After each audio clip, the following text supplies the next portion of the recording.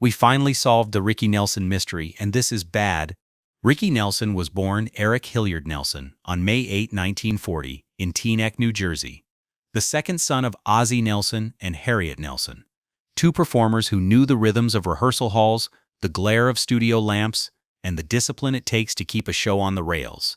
His childhood unfolded in rooms where scripts sat on kitchen tables and microphones were as common as schoolbooks. So from the earliest years, he learned how to carry himself under watchful eyes, how to listen for cues, how to turn nerves into focus. The family world was not a stage in name only. It was the setting for their daily lives, and that meant Ricky absorbed the language of entertainment almost as naturally as he learned to speak. He was a kid who grew up knowing that a camera could be a friend if you treated it like one, that an audience will meet you halfway if you offer them something genuine to hold. That charm lasts only when it rests on preparation and poise. In that environment, he learned the quiet rituals of professionalism, arriving on time, taking direction, giving a scene partner attention, little habits that would later make the difference between a novelty moment and a career that kept finding new chapters. Very quickly, the private rhythm of that household became the public rhythm of a nation. First on radio and then on television, as the adventures of Ozzie and Harriet turned the Nelson home into a weekly gathering place for millions. The show presented everyday life with a gentle wink and a steady heartbeat, and inside that frame viewers could watch Ricky grow up in real time, the shy tilt of a head becoming the relaxed confidence of a teenager. A boy whose timing sharpened as he learned to land a line and whose voice settled into a tone people wanted to hear again. Audiences felt as if they knew him because they had been there for the small steps, the awkward beats, the flashes of ease that come when repetition turns into fluency. The series stretched through the 1950s and into the early 1960s, and in that long run, Ricky discovered something crucial. He was not just a character at the dinner hour. He was a young artist with instincts of his own and a hunger to test them. Plenty of children of television never cross that bridge, but he sensed that familiarity is not fulfillment, and that the light that flatters can also limit, unless you choose to step beyond it with intention. That search for a voice that belonged fully to him met its first real spark in 1957, a year when older generations argued about rock and roll while younger listeners simply turned the dial and let the speakers shake. Ricky stepped into that conversation with "I'm Walkin'," a cover of Fats Domino delivered with teenage urgency and unforced ease. The record raced up the charts and the shift was immediate. No longer only the kid viewers recognized on a sitcom set. He was a singer whose sound could pull you toward the radio and keep you there. The move mattered because it showed a decision to work from craft rather than chase noise. He learned to sit inside a groove without pushing, to lean on a melody without sanding off its edges, to sound unmistakably like himself even when honoring a song that began with someone else. That first success opened a second career that ran beside the television work, and it stamped him as a teen idol who could actually deliver songs that stood on their own. A rare combination of visibility and credibility that let him step onto concert stages without feeling like a tourist. Momentum gathered, and then it rolled. Through the late 1950s and into the 1960s, he put his name to hits that still echo across playlists. Hello, Mary Lou, Travelin' Man, Poor Little Fool, Lonesome Town, It's Late. Each track a slightly different shade of the same promise. A smooth melodic voice set against arrangements that welcomed rather than shocked, and because he was already in the living rooms of America, he became a bridge, bringing rock music to families who might never have bought a ticket or tuned to the loudest station. Week after week he sang for a national audience. Long before music videos were a format, he was creating a kind of early blueprint for music on television. A performer people could see and hear at once. That presence taught audiences to accept a new sound without fear. By the time he turned 21, he had sold millions of records and ranked among the top-selling male solo artists of his era, a sign that early fame does not have to be a ceiling when you keep building the floor beneath your feet, and a reminder that consistency and access can turn curiosity into loyalty when the songs keep landing. Then the current shifted, as currents always do. By the mid-1960s, tastes grew rougher and louder. The charts turned toward new textures and more experimental edges. In that moment, he did not surrender to mimicry. He looked for growth. He began to work toward a country rock sound that felt truer to where he was heading. Less about chasing a trend and more about setting one for himself. The path led to the Stone Canyon Band, a project that blended acoustic warmth with electric backbone and gave him a place to write and perform outside the shadow of earlier hits. The effort was not retreat but reinvention, a way to honor what he had done while making room for what he wanted to say next. In 1972, the message found its clearest form in Garden Party, a reflective answer to a Madison Square Garden crowd that had asked for the past instead of the present. He answered with a line that doubled as a compass: "You cannot please everyone, so you have to please yourself." The single became a comeback and a principle, proof that choosing authenticity is a practical act, not a slogan, and that an artist can survive a cultural turn by returning to the pulse that made the work matter in the first place.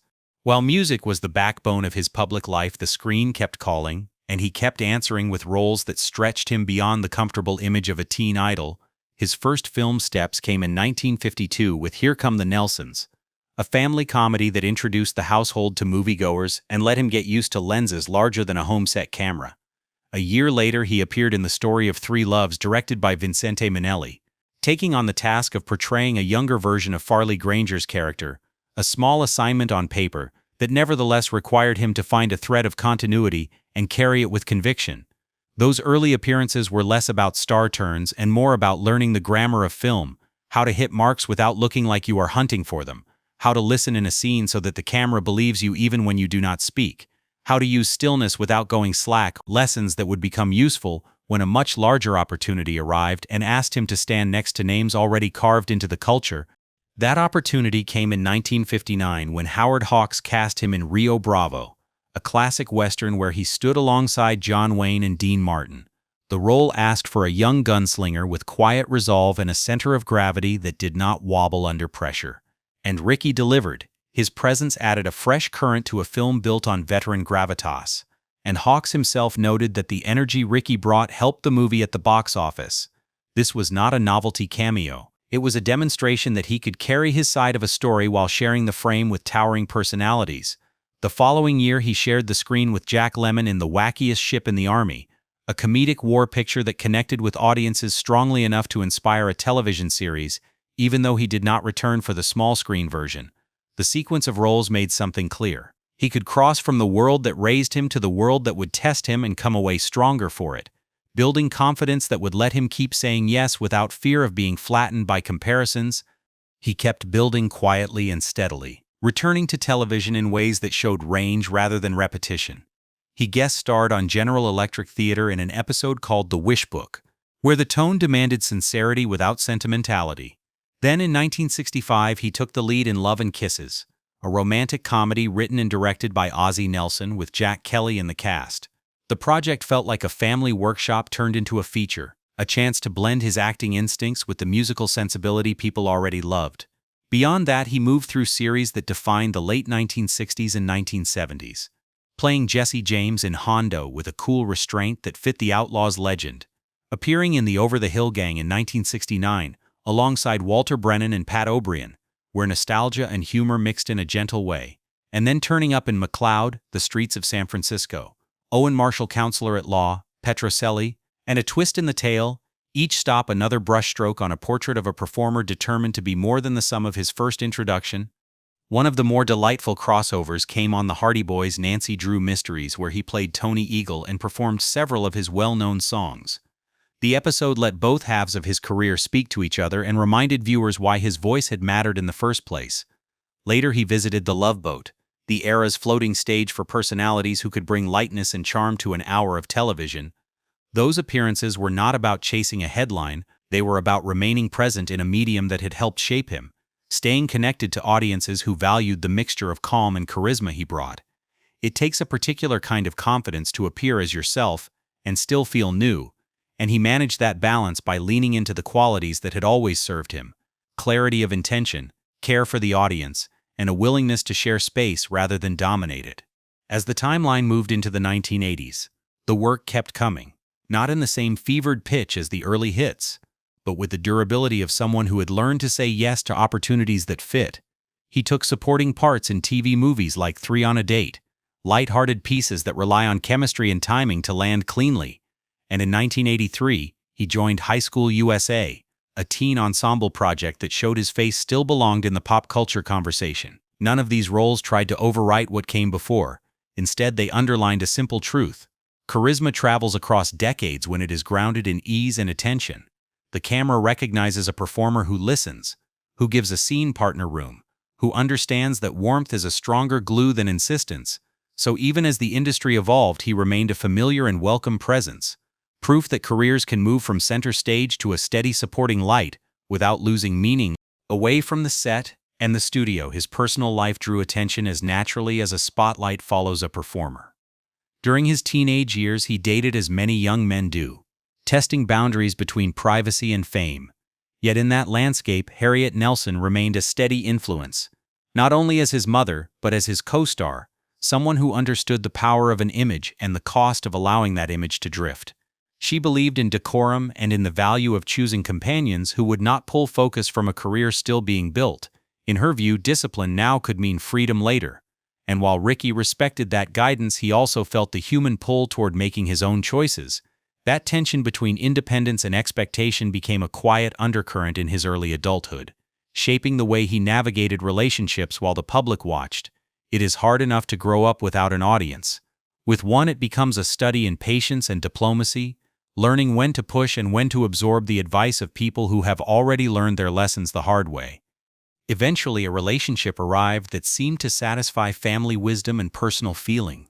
Kristen Harmon, known as Chris, the daughter of Heisman Trophy winner Tom Harmon, and the 1940s film actress Elise Knox. The families had known each other for years, so when Ricky and Chris married in April 1963, the ceremony felt to many like a joining of two American stories that had often run in parallel. It read like a fairy tale to fans, and it also marked the beginning of a shared life with real responsibilities. Together they welcomed 4 children. First, Tracy Christine Nelson, who became an actress with steady television and film work, including Father Dowling Mysteries. Then twin sons Gunnar Eric Nelson and Matthew Gray Nelson, who inherited their father's musical gifts and later found success with their band Nelson. In 1990, their song Can't Live Without Your Love and Affection reached the top of the Billboard charts and marked a rare 3-generation chain of hitmakers. The youngest, Sam Hilliard Nelson, honored family history with his name and chose a path with a lighter public footprint than his siblings. Their household blended rehearsal schedules with homework, sound checks with school plays, a daily mix of ordinary chores and public moments that required everyone to be ready when a camera appeared. From a distance it looked golden, yet inside the day-to-day weight grew heavier with time. After the birth of their last child, differences in pace and outlook widened. Ricky wanted to keep touring to protect and renew his music career. The road offers a form of momentum that is hard to duplicate anywhere else, while Chris shouldered the pressures of a public-facing family and the loneliness that can bloom when travel becomes the norm. Rumors appeared, whispers of infidelity and of growing emotional distance, the kind of erosion that does not happen overnight, but accumulates in small unspoken disappointments. By the late 1970s and into the early 1980s, the strain turned into separation and then into a long legal process that touched custody, finances, and the careful management of public image. When the divorce was finalized in December 1982, it closed one chapter without erasing devotion to their children. Both parents stayed present in the ways they could, and for Ricky the experience left an imprint that could be heard in the more melancholic lines of his later songs, the sound of a man taking stock of what the spotlight cannot fix. Then came the event that rewrote every headline and left questions that lasted for years.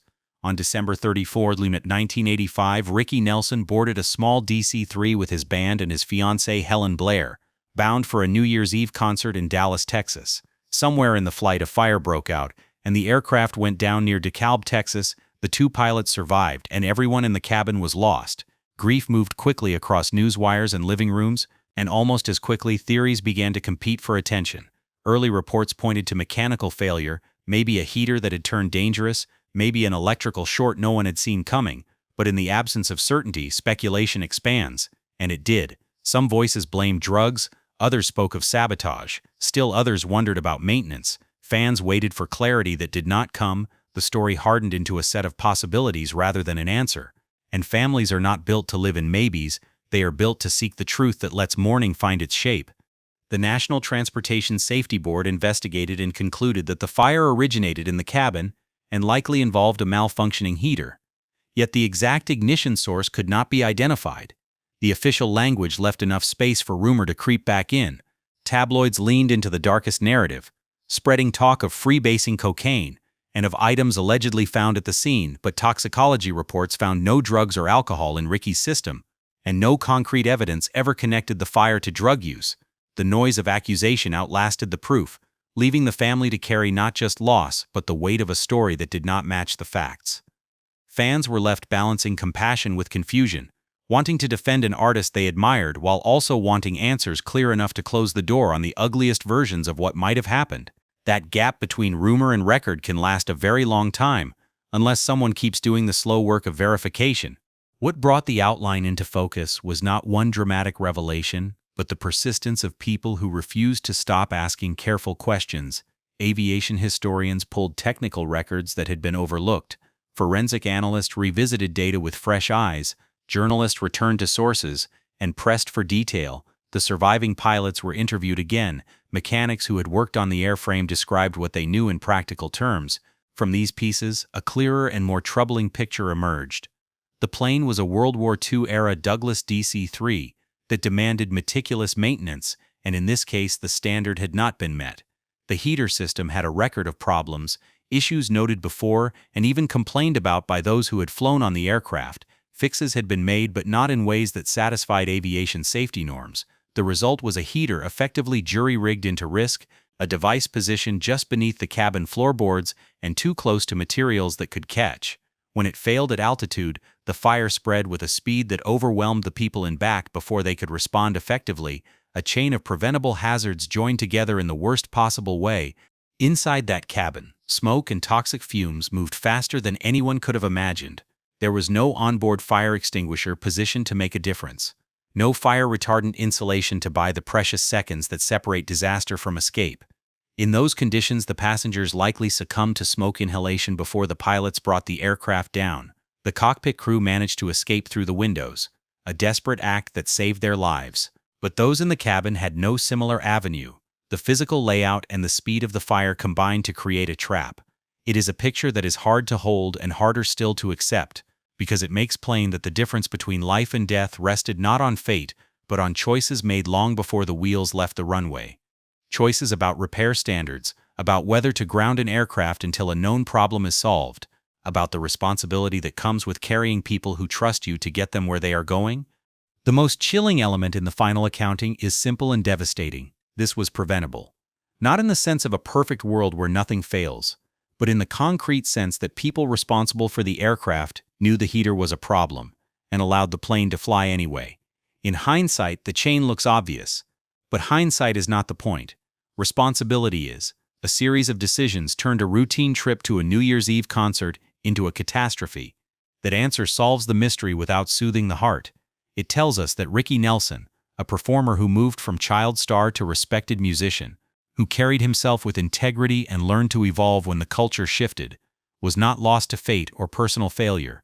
He was lost to negligence and to the absence of systems strong enough to prevent known risks from becoming mortal. It is a verdict that carries sorrow and a call to vigilance in equal measure. To understand the weight of that loss, you return to the full arc of his life and let it play in sequence.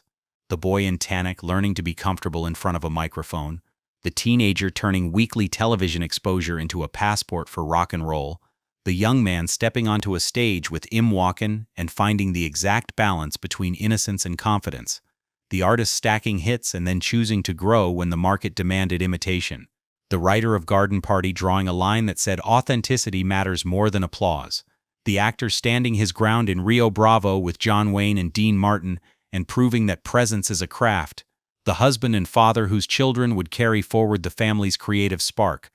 All of that survives in recordings and reruns and in the memories of people who were there, but the manner of his passing remains a caution written in bold, a reminder that safety is not an afterthought.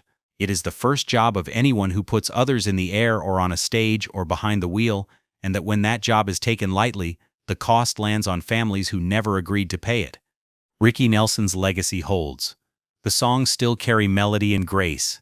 The television moments still show a kid learning in real time how to be an artist. The later performances still whisper the resilience of a man who refused to be defined by a single era. The mystery of his death is resolved, but the resolution does not feel like relief. It feels like a charge, a call to take seriously the systems that protect lives and to strengthen them where they are weak, to remember that the people we admire are human and vulnerable, to honor them not only by replaying their work but by insisting on better practices in the places where oversight once failed. That is the sober truth at the end of this story. Clarity that hurts and teaches at the same time. A lesson that repeats itself quietly every time someone chooses convenience over caution, and every time a tragedy reminds us what was at stake. If this kind of honest, vintage Hollywood storytelling speaks to you, follow and subscribe for more deep dives. Share this episode with someone who cares about the people behind the legend.